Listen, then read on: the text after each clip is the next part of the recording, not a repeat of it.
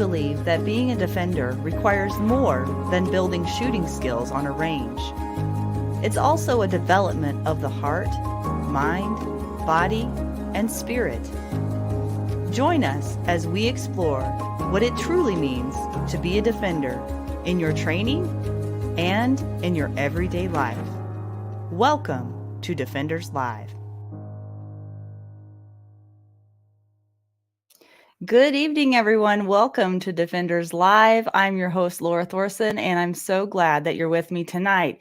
I have a special new sound effect tonight for our 1-year anniversary. That wasn't loud enough, but anyway, I tried. It was kind of fun. So we have our 1-year anniversary. I don't know if it was literally today. It was around this time last year that I started Defenders Live and didn't quite know what I was getting myself into. Turns out it was one of the best things I ever did and one of the hardest things I've ever done too. But really excited to move on to year number 2. And in doing so, we've changed things up just a little bit. And I'd love to hear your feedback on that as we do that tonight. So we're going to have a new format tonight that we're trying, and in an effort to give you better value, more value, I pre-recorded my interview with Riley Bowman previously before the live, and then I went through and painstakingly edited out the gold nuggets that I wanted to present to you tonight. And that was a really hard thing to do. If you know Riley, you know he's got lots of great information. And so parsing through that was quite interesting today. But anyway, I edited it down to some of the best tidbits and some of the best gold nuggets for the interview. But special note about that, Riley's actually live tonight as well. So after we get done showing the premiere, I guess you'd say, of his edited interview and all the gold nuggets, he will actually be live on the show with us tonight, and we'll be answering your questions at the end of the show, just like our regular Defenders Live. So stick with us till the very end so that you can get your questions answered from Riley. And as always, feel free to comment during the broadcast. Put your questions in the comments as soon as they come to mind. We'll gather those at the end. And please also let me know where you're watching from in the comments. I always love hearing from you. I want to thank you guys so much for attending. And if you're new or watching this as a replay, welcome. We're so glad that you're here. Also, since this interview is edited, you're not going to get every single bit of gold nugget information from Riley tonight. There are some parts of the interview that were cut out, although it is going to be quite long. But if you want to see the full length version, it's not up there yet, but it's going to be tomorrow. You'll see the full length version as well as other exclusive content that you can't find anywhere else. You can go to locals.com and search up Defenders Live. And then we are starting a new community over there. And you can become a subscriber and have premium access to premium content there, as well as gifting a subscription to anyone that you love as well. So that's new and exciting, and we're excited to present that to you. And then also Adam Winch, the founder of Defenders USA, is behind the scenes helping me tonight. I can always use all the help I can get. So he is behind the scenes. He may pop on later. I don't know. Maybe after the interview, we'll see. But anyway, let's move on here. Let me check out who is watching. So we have some people from Colorado in the house, Michigan, Kathy and Lynn, Eric from Oregon, Adam and Melissa, I believe, are watching from Arizona, and somebody from Houston and someone from New Orleans. New Orleans, is that how I say it? So cool. All right. So that's who we have so far. And all right, so let me get to a formal introduction of Riley Bowman. If you don't know who he is, then I'm going to go through, it's somewhat lengthy, but not too bad. And then we're going to go right into the interview with Riley. And you'll notice during the interview, it's there's some choppy parts here and there. That's just because I just tried to take all the best stuff and just smash it all together so you could get everything all in one bite-sized piece tonight. So Riley Bowman is a lifelong student of the pistol. He was inspired to seek out greater knowledge and training when he was given the opportunity to become an instructor for the law enforcement agency he spent 8 years with. Riley discovered his passion for teaching others how to excel at shooting, and developing skills that can be the difference in saving lives. In 2016, he finally made the plunge into competitive shooting when he signed up for the American Marksman, a national competition designed to discover top talent amongst amateur shooters. Riley surprised himself when he won the Rocky Mountain Region Championship that sent him to the national finals where he placed 10th. Finished 10th. He started shooting three gun and has numerous top 10 finishes and a fourth place finish at major matches. He has since turned his focus to mastering the handgun and competing primarily in USPSA, currently a master class carry optic shooter with the goal of making Grandmaster, which I know he will, in the near future. Recent accomplishments include the 2022 Carry Optics Division Colorado State Champion, finishing third master at the 2022 USPSA Carry Optics National Championship, and nearly breaking into the top 16, but ultimately finishing 18th overall in the 2022 USPSA Production National Championship. He's been influenced by many world-class instructors, including Rob Latham, Tim Herron, Mike Seeklander, Kyle Lamb, and others. And he's had the opportunity of interviewing dozens of top instructors and shooters as host of the Concealed Carry podcast. So we've got two podcasters on here tonight, on air for 7 years and nearly 700 episodes. He's got a few episodes on me. His day job is the vice president of concealedcarry.com, one of the top destinations on the web for CCW related information, training, and products. And he's married to his wife of 17 years and a father to 5 amazing children. So there is everything almost you need to know about Riley Bowman. And now I'm going to see if this video will actually run. And please let me know in the comments if you cannot hear the audio. So without further ado, let's try this out. One of the mind-blowing things during your class that I still am trying to wrap my head around is the concept of being calm, mentally relaxed, yet physically intense at the same time. I've never been able to separate those two before, at least not consciously. And so, how does one get to a place where they can operate with some sort of mental calmness, yet be physically intense at the same time? That seems that seems like that would be next level shooting. Yeah, that is something that's hard to do for sure. I think there's a couple of things here to I think discuss or unpackage, if you will. Um, I think we become comfortable with the things that we do when we become skilled enough at those things that the confidence is there. The Obviously the skill is backing it up. So you become comfortable in, you can apply this to so many things. So I mean, if we're just talking Mhm. about shooting, obviously, well, you need to develop a level of skill to then have some confidence in that skill, and that confidence brings your ability and brings the ability for you to then have comfort in that skill, meaning, and like, you have to be so careful because, and I try to be careful in how I phrase things in the class, because sometimes we're talking about these concepts that sometimes seem like they're, you know Contradictory. opposites, Yeah. contradictory, and it's like, well, I don't want you to, if I say that I need you to be, like a relaxed state of mind, relaxed mindset, um, comfortable, perhaps would be another word for that. Uh, that does not mean that I want you to be relaxing your grip on the gun, or relaxing other things that maybe need to be engaged or tense, if you will. Although we have to be Mhm. careful with tension. But um, so so that's it seems to be a contradictory thing, but we have to be careful with our words and how we describe things. So how do we get there? Again, developing the skill and then developing confidence in the skill, I think, is a part of that. But not everybody that comes to my class is, at the skill level that probably is ideal I suppose, for to really truly be comfortable or confident.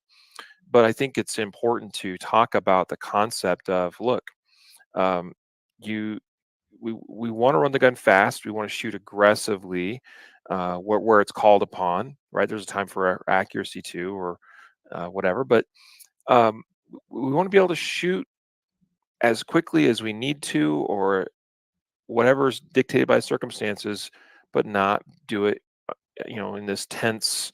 And that's kind of where, I came from in the more tactical side of things, Mhm. where, and especially back, go back to, like, 2008, where, and that's kind of where I started to kind of come up as as a shooter somewhat, and start to get some of my earlier, like, legitimate training, if you will.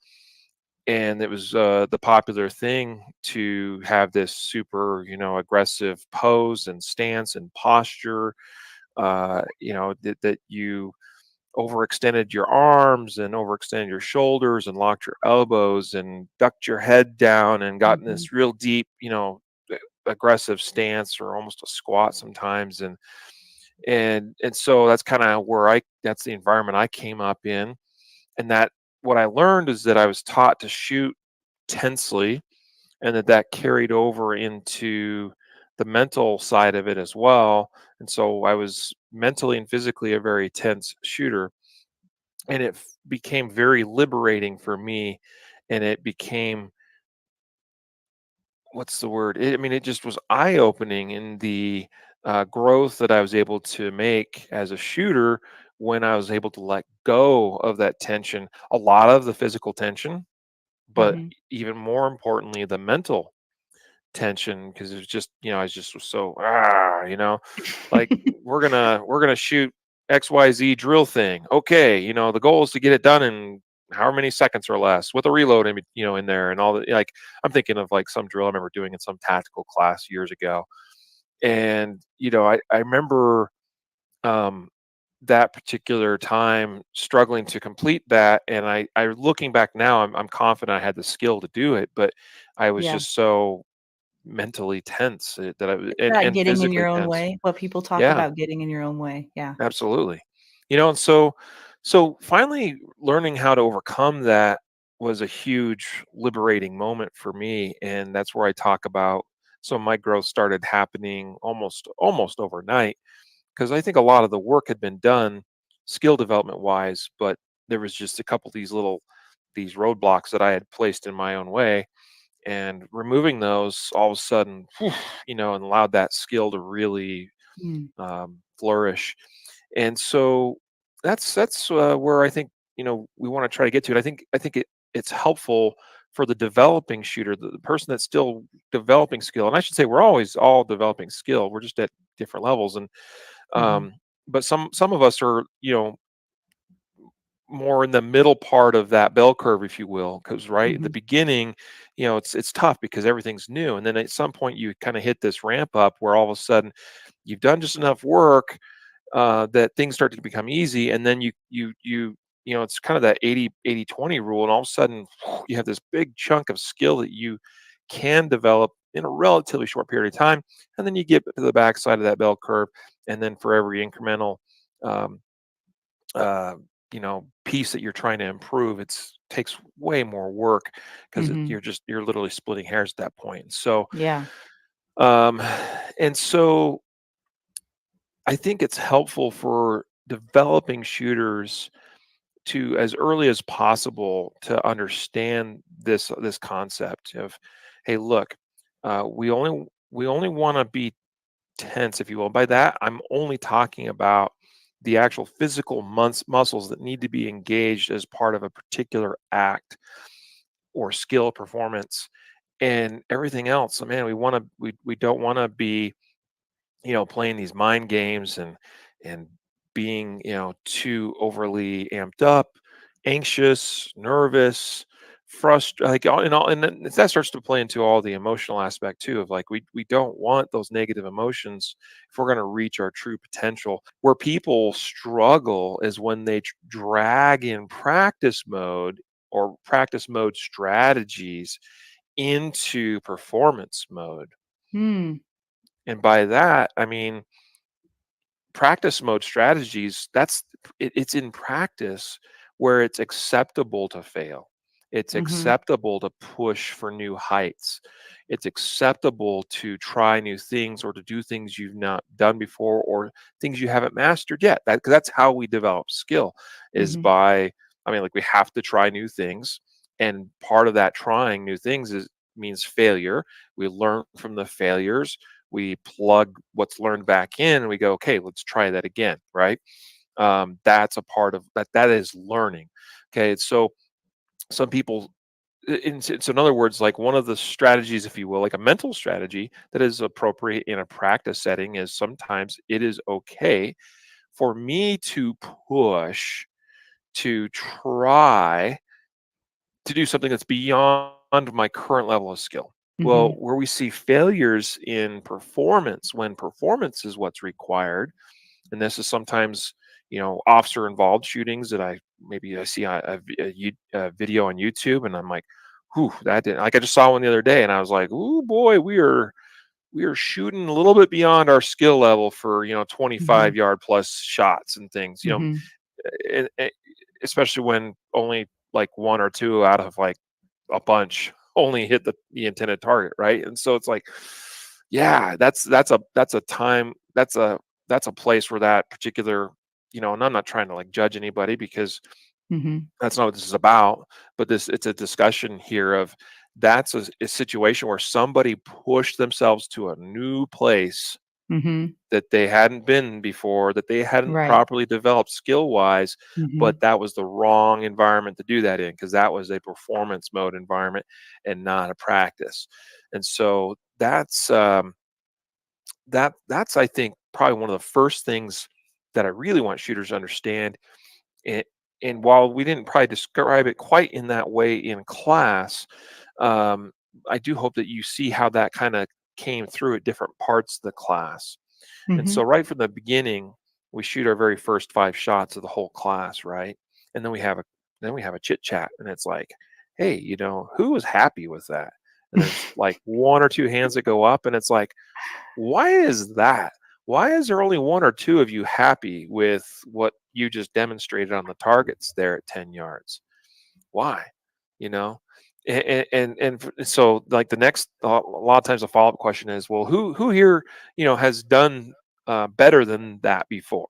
And almost every hand goes up, and it's Yeah. like and so that starts to reveal to us how a lot of what holds us back is things like it's our self-image, it's our Mhm. ego, Mhm. in that like we will perform the best the more consistent with reality our self-image is, right?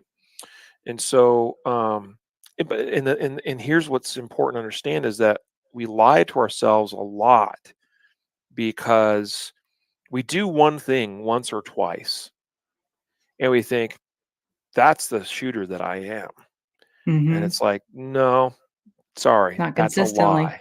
That's Yeah. a lie. You did Mhm. the one thing one time, or maybe even a couple of times. A couple of times still does not mean that that is what you can do on demand all the time, right? Right. And But so you can you're, work towards that. oh, absolutely, right? Yeah. It like Mhm. that, and here's how we use that, right? When we do that one thing one time, we're like, oh, wow, Yeah. um, that should be the like little confidence booster of, ooh, I was able to do that. So do you think I could do it again? Yes, absolutely, you can do it again. The end result is the end result. Like that, there's no changing that. Like the, I have to accept whatever that is. At the same time, and so that's the truth right there. Like, whoa, that's what I was able to deliver for that particular performance. But then Mhm. some. But I also like to peek back through the individual stages and go, oh wow, like I really did well here. Oh, I really did well there. I really did awesome there. Like in a way that's those are the confidence booster. That's a recognizing the wins thing. It's really Mm. important to recognize my wins. And Yeah. so and those wins are not like those are going to be the highlights, right? Here's Mhm. where the actual performance ended up being for through the whole match. But the highlights I look at to go, okay, cool. Like I'm making progress in these following areas, and it's Hmm. important to recognize those wins. And then we got Yeah. to look at the other side of that coin and go, what tripped me up?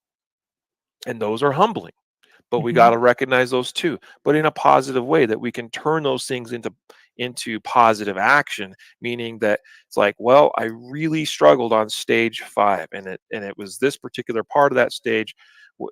You name your thing, it could be any number of things, and it's like, well, what tripped me up there? I need to identify that, and instead of dwelling on it going, oh man, I suck, because that's the same thing I always struggle with. Yeah. No, I needed to look at those low lights. We talk about the highlights. I got to look at the low lights and go, okay, that's something I know that is a struggle for me. And here are the things I'm going to do to continue to work on that and make that less of a weakness of mine, right? So that's the first thing I think, um, Laura, is making sure that, see, because a lot of shooters don't get the opportunities to evaluate their shooting performance in that level of I like don't think they granular evaluate it detail. in that way, Riley. I've seen so many shooters, they don't evaluate it from a, uh, how do I want to say it? They evaluate their performance based on how they feel emotionally about what they did that Hmm. day. They don't actually analyze the numbers and say, here are Yep. my highlights and lowlights and look at it that way. Many people are just, they either immediately are super excited about what they did, or immediately are just like, oh, I did it again. How did and then they just storm Hmm. off and they don't learn anything from what just happened. They just have an emotional reaction to it.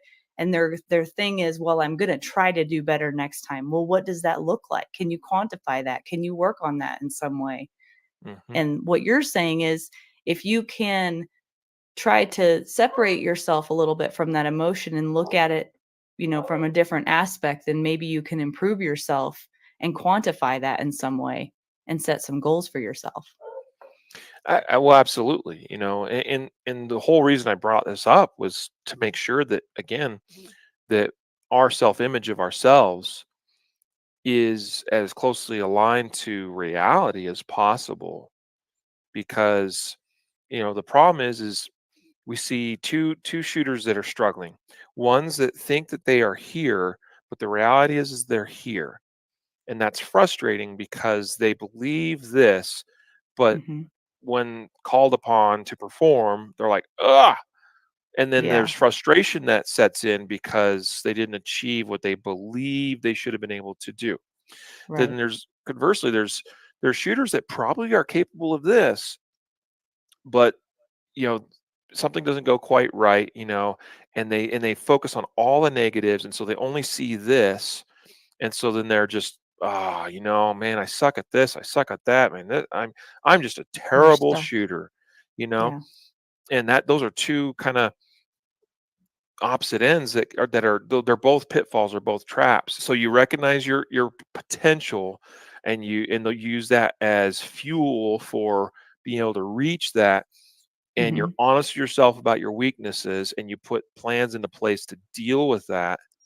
But then you understand where you truly are as a on demand performance shooter, Hmm. and that is hugely liberating from a mental game, because if your Mm. ego is overinflated, or if you're being too hard on yourself, okay, Neither you're help you.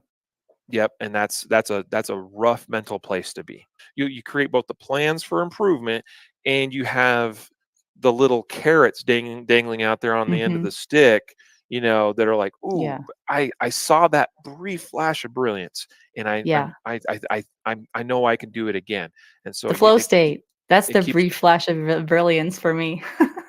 Well, that's a great point, because um, until people first incorporate, being able to shoot in a flow state, they're usually, what's described to me is like, just thinking back all the experience over the years of watching shooters shoot and perform and compete and train, and there's been many times I've heard described, like, somebody does a really stellar job at something, and Hmm. if they were to describe how, like, what happened there, they wouldn't be able to accurately describe it. They'd be just like, I don't know, like, I just, something just clicked. Mhm. and they don't know what that clicking was, but that's probably, them starting to experience a little bit of flow state Yep. and not realizing it, right? And so Mhm. that's the other reason why we talk about that in the class, because I want people to be able to look for and watch for that and then try to continually duplicate that process. Mhm. I remember one time that happened to me, and I didn't know what it was, like what you were talking about, and somebody came up to I did really well, I performed really well. I came off the line and somebody asked me, "Oh my gosh, Laura, that was incredible. How did you do that?" And I was just as surprised as they were.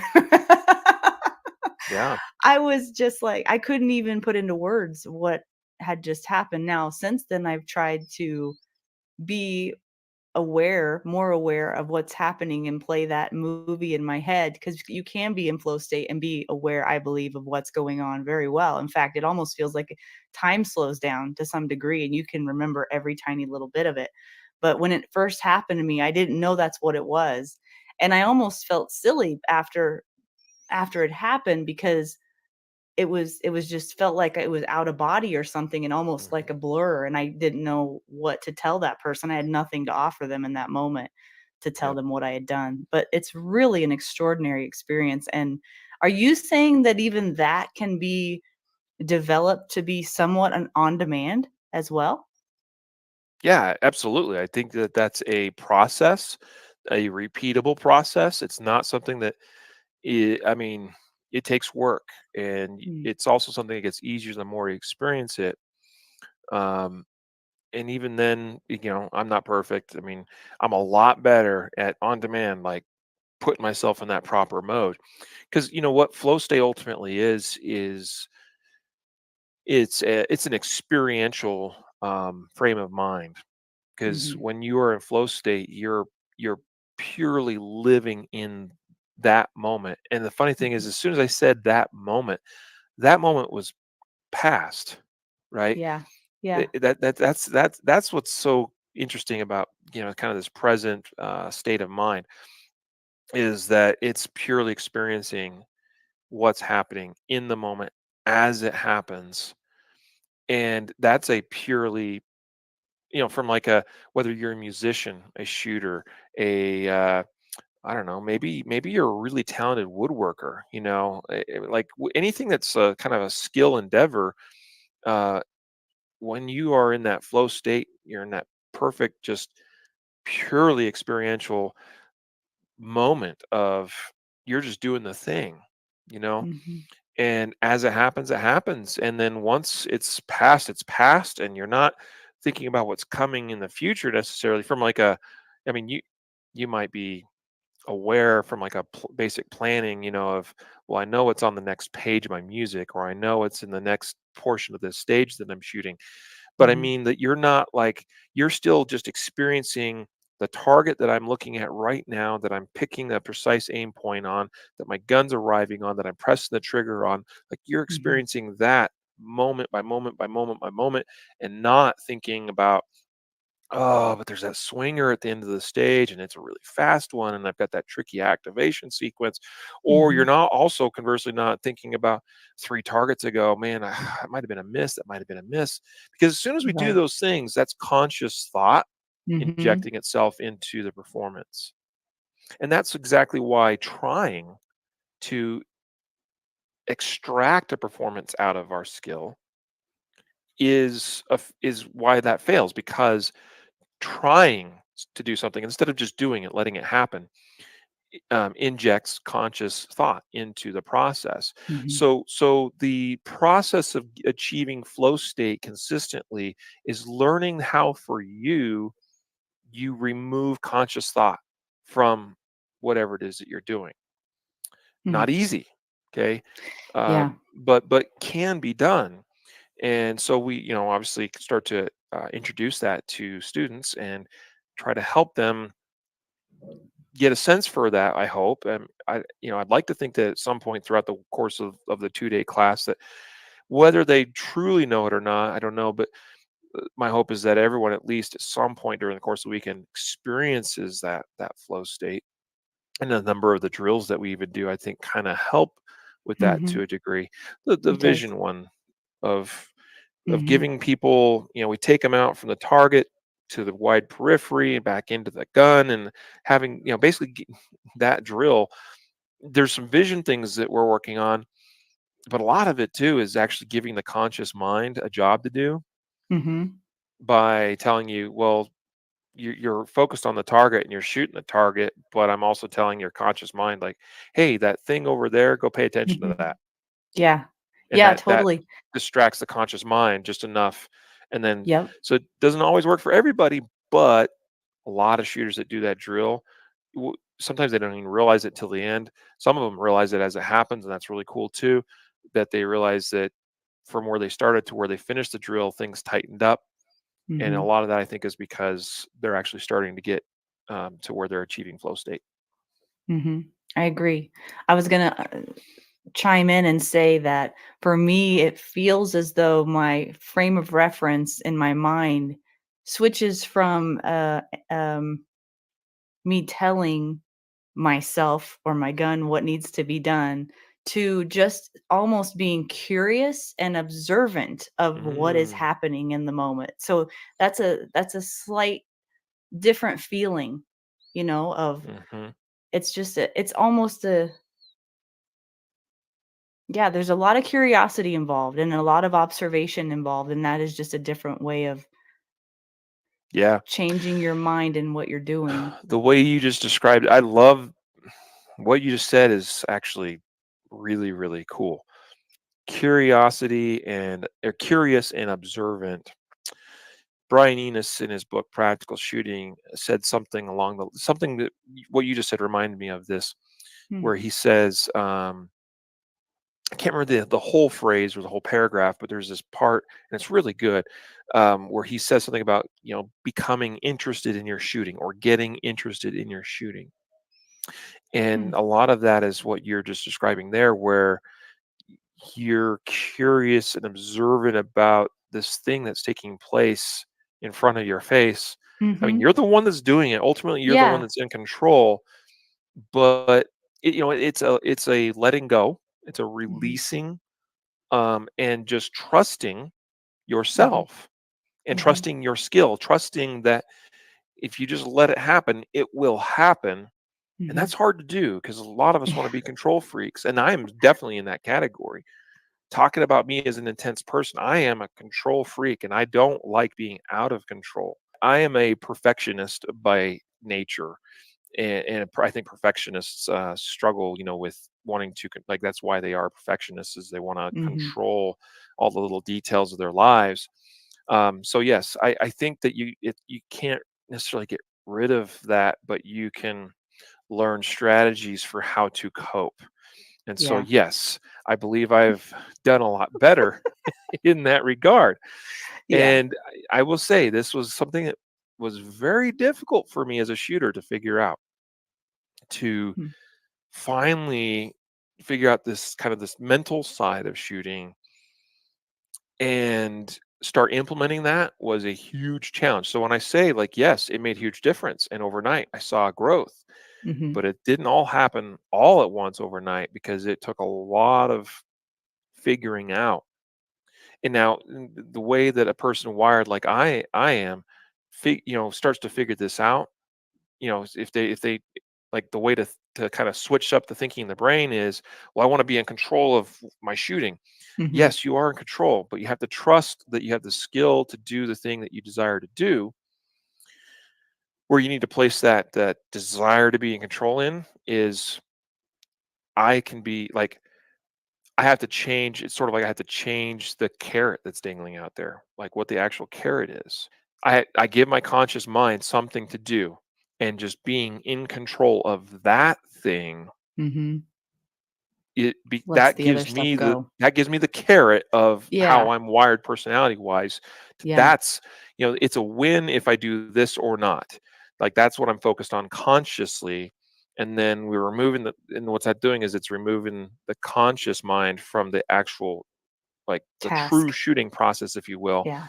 And I mean, all this ends up being related. There has to be some sort of a, I would say, yeah, there's a mind shift, but also a heart shift because learning all of this new information is fine and dandy. Learning new skills is fine and dandy, but being able to apply those in your daily life, not just to the shooting range, but to everything, that's what transforms you as a person to be better for your family and your relationships at work and on the range.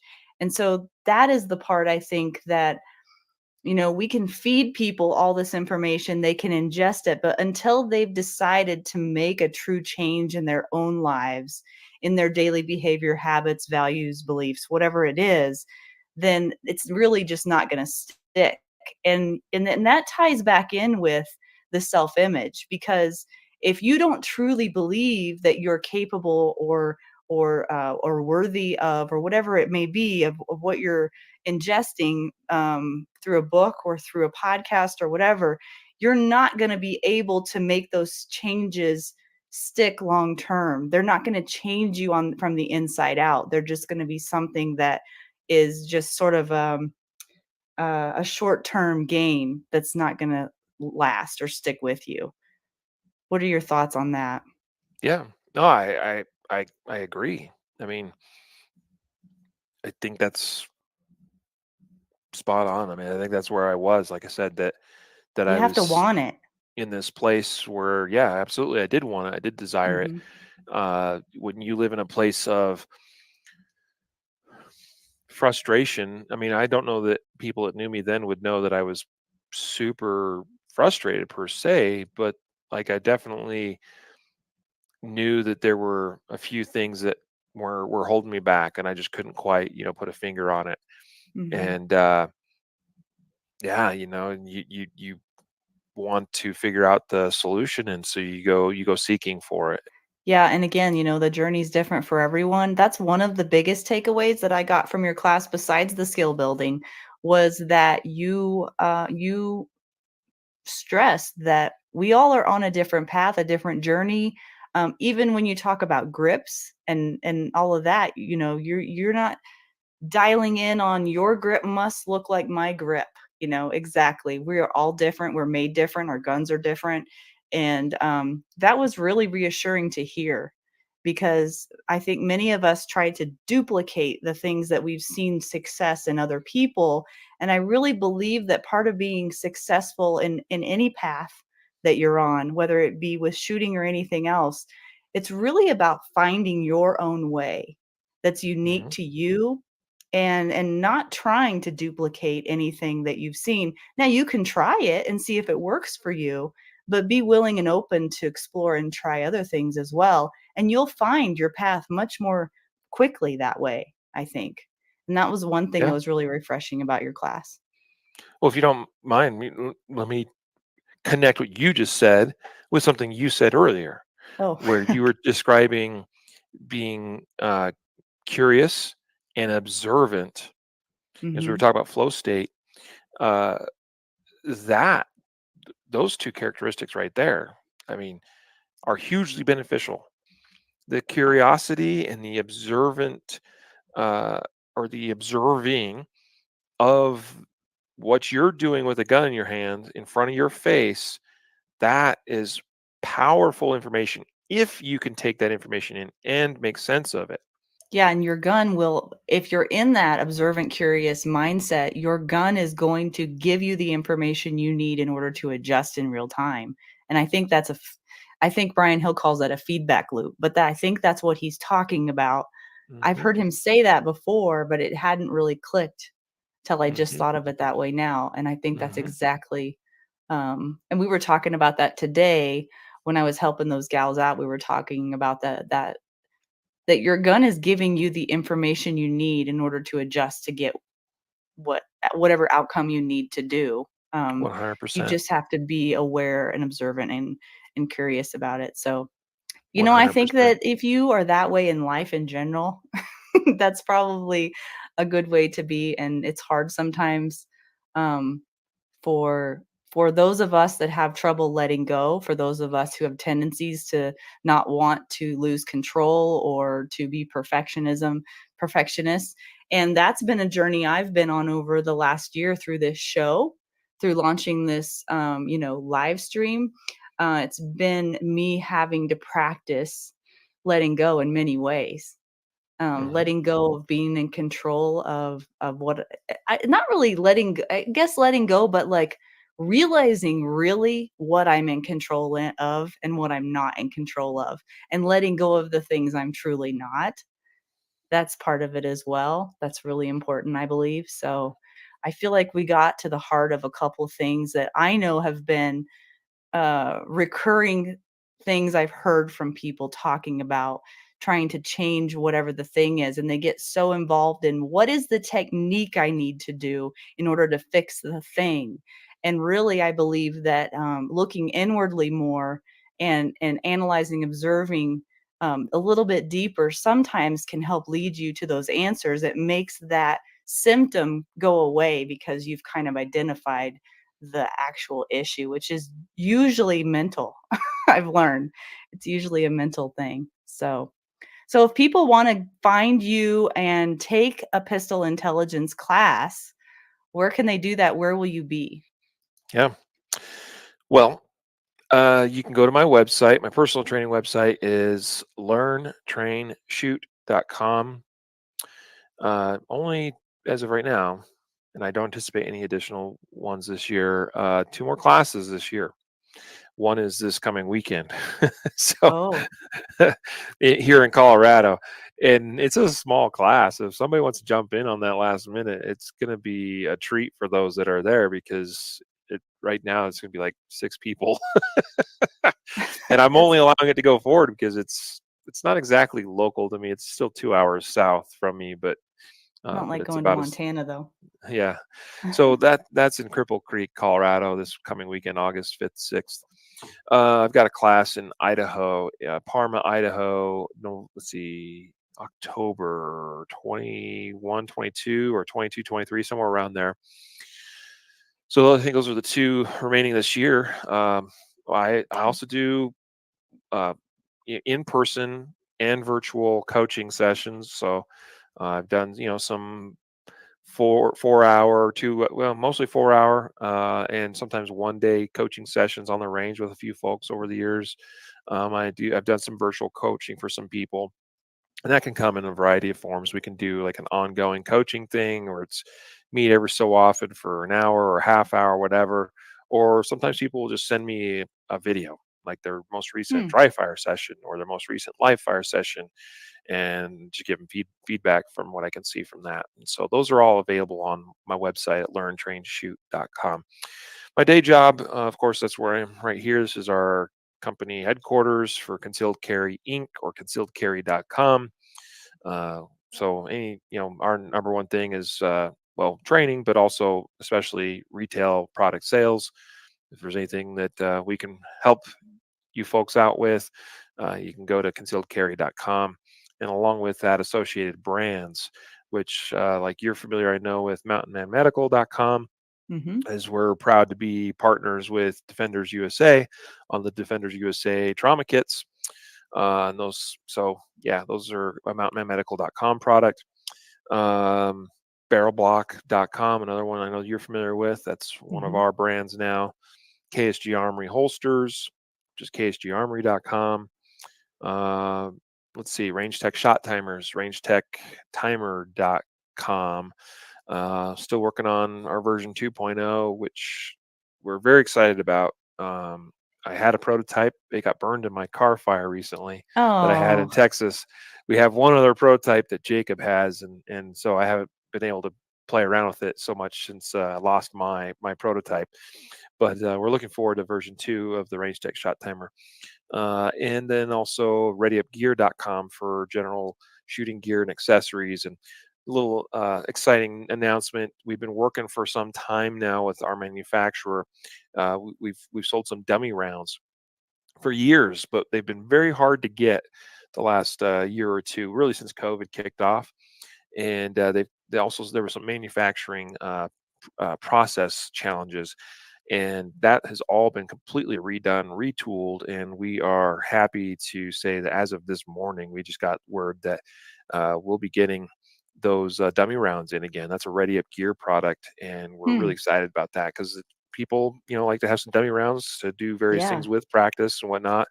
And so, yeah, those will be available soon on the concealedcarry.com site, but also readyupgear.com site. So there you go. So those are the places to find me, and the things that we do, and I'm truly blessed to be able to do what I do. All right. So, what did you think of that, guys? I felt like I was at a party. I was at a watch party tonight of my own show, which is kind of weird, but it was cool to see Riley's interview again. And there was a lot of truth dropped in that interview. So, I hope you guys enjoyed it as much as I did. Now, we've got a few questions for Riley. So, let me bring him on. Hey, Riley. Funny seeing you here. I know, right? Seen a lot of you lately. Indeed.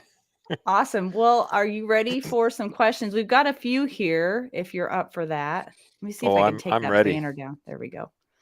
All right, let me go into the questions. Guys, be sure and just type in your questions if you have any for Riley. Let's start with Wendy. Wendy wants to know, when you're shooting a stage at a match, your knees are bent and you're bent at the waist as you run. Is this lowering your center of gravity, or what does this position of your body do for you? Okay. Yeah. So knees are definitely bent more than probably what would be comfortable. Like I usually would say that you kind of know that you are lowering your center of gravity enough, meaning bending your knees enough when shooting a stage. When if you were to hold that posture or that stance 30 seconds in, you're kind of starting to feel the burn, from like your leg muscles, your quads, and all that, right? So if you're feeling that, then you kind of know I'm probably getting close to where I probably ought to be as far as like that proper knee bend. Why do we do that? Because one, we want to lower center of gravity. That's super helpful. Two, it promotes mobility and the ability to both take off and leave positions, meaning start moving somewhere else, and also helps you and gives you greater control when you're coming into another shooting position. So again, lower center of gravity, but also you can just articulate your feet and your legs better, so that you can properly accelerate and decelerate in and out of positions. I don't think so much Like about your like suspension system. right, and it definitely helps a ton when you're shooting while moving, Yeah. which certainly we have opportunities to do that at times in competition matches, and where possible I try to take advantage of those where they make sense to do so, because if I can be shooting and moving, then I'm covering ground and hitting targets, and like that's a win-win for sure. Yeah. And so and then bending at the waist is not something I really think about. So like I don't even think of it necessarily as being bent over at the waist. I know that's probably how it's perceived when a third person is watching that, or how I'm shooting. But really, what it is like obviously the more I get lower and bend my knees, the more like if I just basically try to sit straight down and like bend my knees, but kept my upper body upright, like Mhm. you wouldn't be balanced, right? All your weight Yeah. would be over your butt instead of Mhm. where it needs to be. And so so the upper body is just where it needs to be so that we maintain proper balance. And by that, like it's a little bit of a forward bias in that balance, right? Like perfectly balanced is okay, but I'm also trying to get again to run my gun aggressively, have good control over it, and so part of that is actually having my weight slightly forward too. So Mhm. that's just a learned thing of learning where does my upper body need to be related to where my feet and legs and everything are, so that I have that proper balance. Balance is important. Oh, wow, we're getting a bunch Absolutely, more questions. I guess I better I get love through it. these here. That's good. What I'm here for. Yeah. Okay, I don't know who this is, but their question is, what do you suggest to overcome a few bad experiences, i.e. a bad match? Yeah. So I just had two really bad major matches in June, actually. So I traveled to Texas to teach a class down there, but also shoot the Area 4 championship. And it's one of my worst performances I'd had in quite some time uh, for a major match. And then I went to the national championship for carry optics division 2 weeks later, and again turned in a poor performance, which was frustrating for sure. And I was definitely kind of down for a time there. It was definitely discouraging, right? And so the Area 4 one, let me talk about that. Like, first of all, I had to be just honest with myself that I had a lot going on in my life at the time, and it's not about making excuses, but it's just sort of like, Mhm. okay, let's evaluate the performance. So if you listen to the interview that we just played back, I talked about how it's really important that we're honest with ourselves, that we know truly where we are, skill wise and performance potential wise, and all that, and so that we really know uh, truly what we're capable of, truly what we can do, especially on demand. And really, what that is, that's about knowing your limits, and then your purpose in performance mode is to make sure you stay within those limits. So you can go right up to where that limit is, whatever that theoretical true skill limit of yours is. We just don't want to go beyond that, right? Mhm. And so pushing is usually what takes us beyond where our current skill level is and leads to failure a lot of times. And so Eh, so that's so with my Area 4 performance, I just had to, be honest with myself, look at what happened with the match. There were definitely some legitimate things, it was like, yeah, I, had a failure there. I did that wrong there. So identifying what those are, but I always want to make sure I'm turning those into positive action statements. So instead of focusing on well, I sucked at that, just like I always do, you want to turn around into so, like, one example was that I hit multiple times in that match, which was uncharacteristic of me. And why? I don't know exactly. But I hit walls. So, and they had a lot of tight wall positions. So you had targets and you had shooting areas that forced you into these awkward, out of balance positions, and then you had walls that were just just you had to shoot around them. But it was easier said than done. And so I think I clipped 3 or 4 walls during that match, again uncharacteristically. And so I had to look back at that and go, okay, that's what happened. So I know I'm going to nationals in 2 weeks. What is the positive action correction or statement that I'm going to take forward preparing for nationals in 2 weeks to avoid that? And to me, I just simply said, "Hey, you know how to not hit walls. How do you not do that? Well, you make sure you're clear of them." So I needed to just be a little bit more visually aware of what the actual wall positions were, and relative to gun. And so I just went to in my practice sessions and everything leading up to nationals, and then while shooting nationals, I don't think I hit I don't think I hit any walls.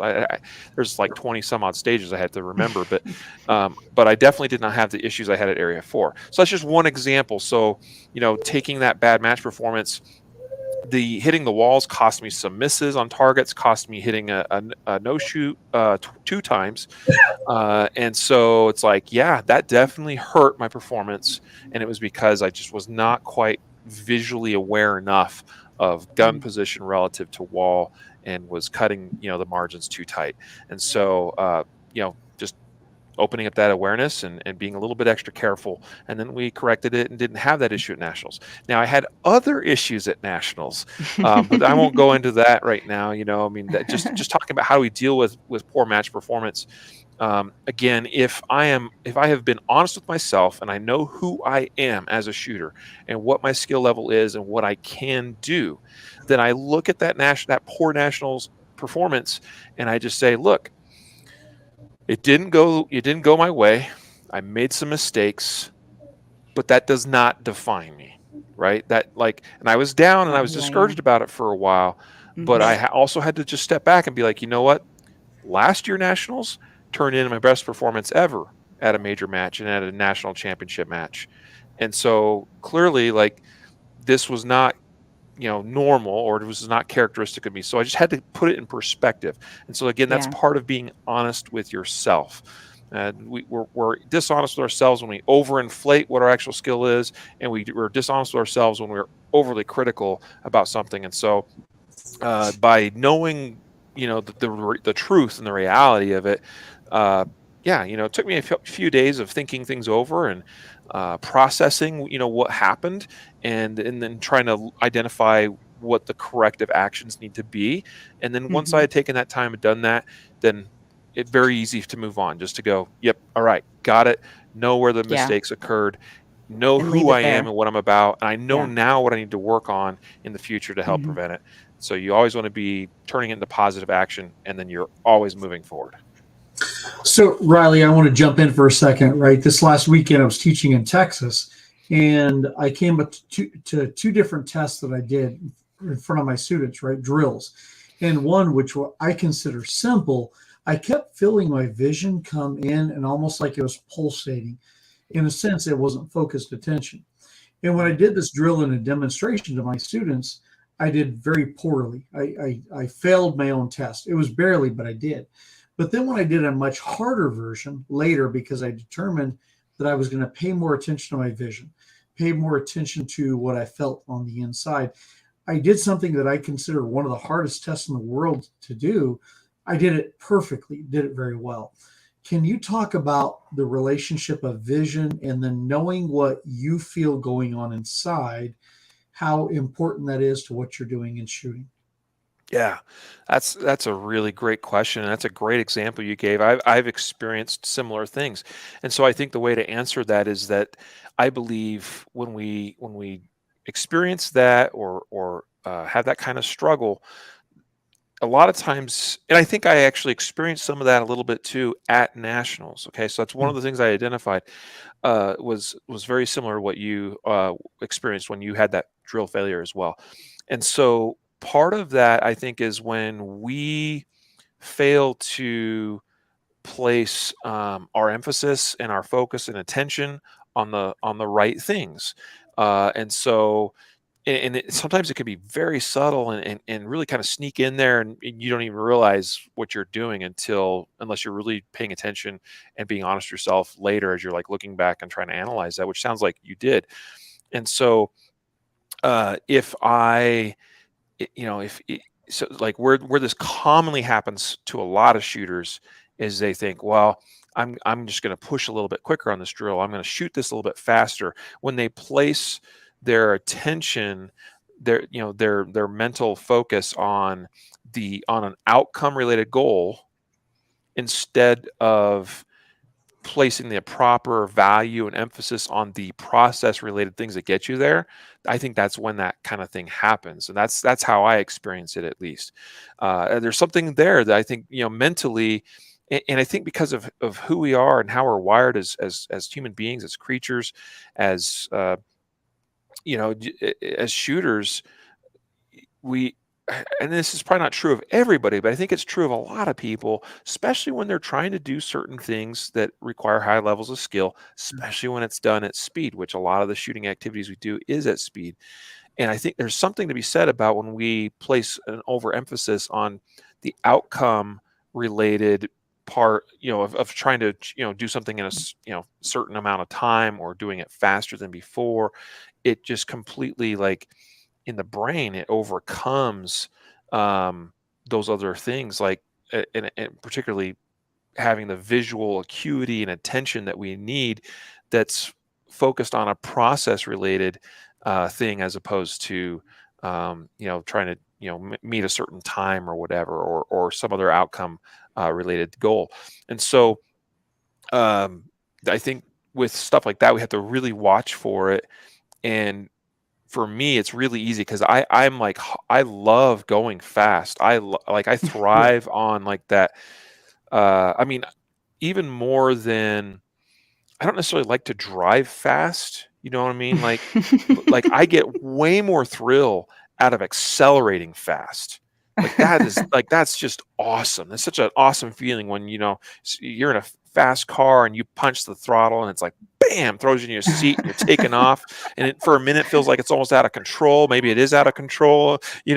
Like that is way more exhilarating to me than actually going fast, if that makes sense. You know what I mean? Yes. And that's how I kind of am with my shooting. And so I have to be really careful with myself because I like, I like shooting fast. I do. It's fun. It's thrilling. It's exhilarating, And so I have to make sure that I take that because that when we plant that little seed, hey, let's do this drill thing, and I'm demoing it now, and I want to do well, and I want to look good, and I want to succeed at this, and like all of a sudden you're basically wiring your conscious mind to look at these outcomes that you're trying to achieve, and instead you need to program the conscious mind to put all of its attention and focus into the process. And so, I mean, you guys have heard that before: process versus results, or process versus outcome.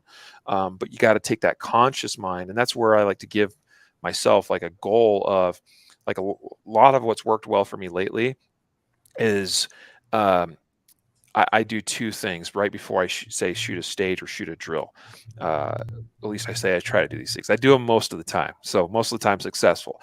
I tell myself, okay, what are the points? The points, meaning the specific spot on every target that I want my eyes to land on. Because, I mean, depending on if that target's a partial target, obscured by something, hard cover, no shoot, etc., like that might change where that, because it obviously if it's a wide open USPSA target, right in the center of the alpha, right? Okay, that's a given. But on that target, that's a real tight partial target. Okay, so I'm going to put my aim point here instead of where I might want to put it, because obviously then I'm too close to hitting a no shoot, let's say, right? So that's the first thing is and I go through visually and mentally and make sure I know exactly what is my specific aiming point on every target. So that then I'm occupying my conscious mind, thinking through that, like, okay, that point. And then the second thing is, because I can very easily start to overanalyze, which is its own danger or potential downfall, I simply say, and now just shoot the targets. And that's just a little thing I have to do for myself, because I can be overly analytical. So just that one last little thing of, hey, what are all the specific aim points? And then, all right, Riley, you know what those are, so trust yourself and just shoot the targets. And that like puts my conscious brain where it needs to be, and and puts my focus where it needs to be, because realizing that for me, and this is true for you, Adam, certainly I've seen you shoot, and it's true, like Laura, you're right there too. So like for me, most of my failures in engaging targets isn't anything to do with the gun, gripping it, pressing the trigger, even aiming the gun per se. It's more about not getting my eyes where they need to be, and then not having the discipline to say yay or nay on when the gun's telling me it's there. So last question before I get off. Yeah. When the brain goes to, hey, I notice my vision is changing, it's not normal. I don't know if I'm outcome focused or not. I think I'm process focused, but something doesn't feel right. How do you go back to what feels right? Yeah. So, man, I think, since I'm not in your shoes and I'm not seeing what you're seeing and not feeling what you're feeling, and you're wired differently and I'm wired, like it's hard to say for certain for every individual.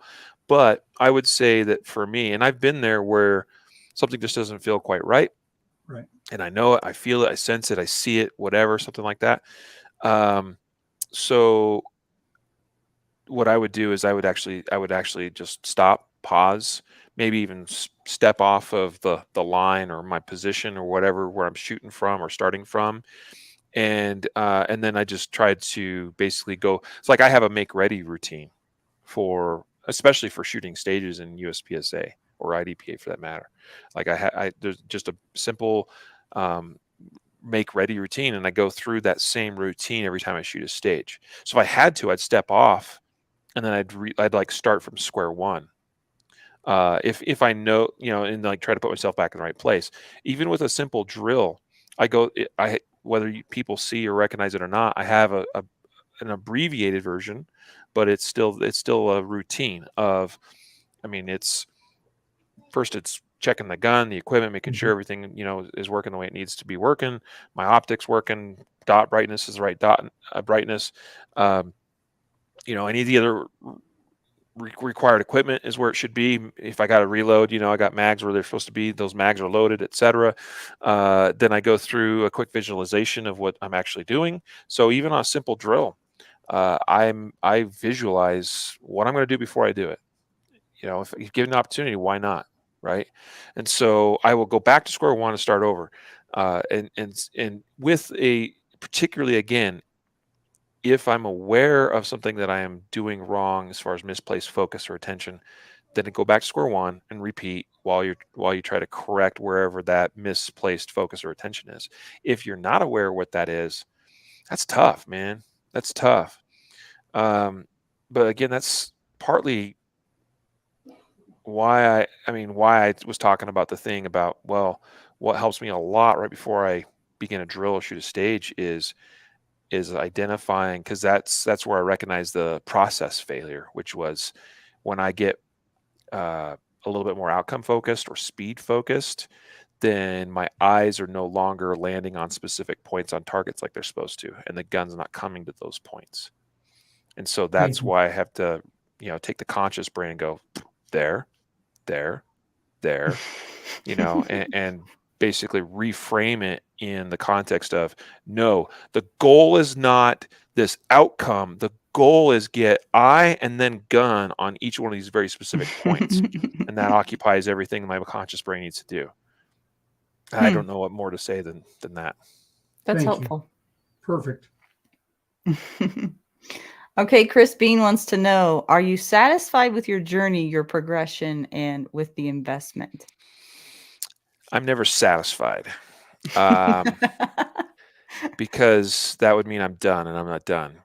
I could be content, and maybe that sounds like the same thing. And by that, content in that I'm generally happy, like I'm a happy person, and I'm glad to happy hear with that. what I have achieved and what I can do, and I'm happy knowing where I'm going. But I'm not satisfied. I'm not done. I'm not what's the word, complacent, to be like, yep, I'm good, so we're just gonna call it here and that's it, so in that sense, definitely not satisfied. So I think it's again, it comes back to the right mental attitude of, I need to know where I am skill wise and with what I can do, what my limits are. Okay. So I need to know that as best I can. That requires measurement, all right? And that requires testing and all these things. So we know where that is, with complete fidelity to myself. And then I need to recognize my wins, because those fuel me, they keep me going and say, this is worth it.